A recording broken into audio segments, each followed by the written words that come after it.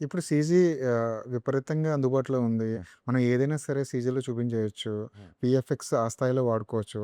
అలాంటప్పుడు కూడా ఇన్ని కోట్లు పెట్టి సెట్ వేయాల్సిన అవసరం ఏముంది? అండి, ఎప్పుడైనా సరే VFX is a supporting technical thing. It's not like A inside thing. అంటే ఎవ్రీడే యాక్టివిటీస్‌లో మనం వాడుకోలేం. దాన్ని చేసే ప్రాసెస్ కూడా, డిఫైన్ చేసే ప్రాసెస్ కూడా 3డీలో బిల్డ్ చేసుకోవాలన్నా, ఏది చేసుకోవాలన్నా it'll almost cost like how we build for sets. కానీ సెట్ కంఫర్ట్ షూట్ చేయటంలో రియలిస్టిక్ సెట్ ఫీల్ ఎక్స్‌పీరియన్స్ ఉంటేనే యూ విల్ అవును. Get a better experience and shoot. So, maximum extensions ఏదైతే మనకి వైడ్‌లో కనిపించే ఎక్స్‌టెన్షన్స్ వరకు వాడటం జరుగుతది.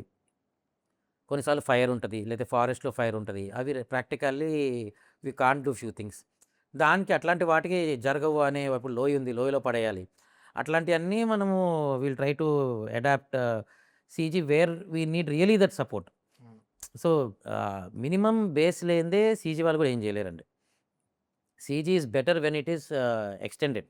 దాన్ని కంప్లీట్‌లీ 3డీ బిల్డ్ చేయడం అనేది మాక్సిమం టైం సరిపోక, వర్కౌట్ అవ్వక అలాంటివి తీసుకునే డెసిషన్స్ అయ్యుంటాయి తప్ప, never we go for CG. అని ఈ సినిమాకి అలా ఎళ్ళిందేం లేదు.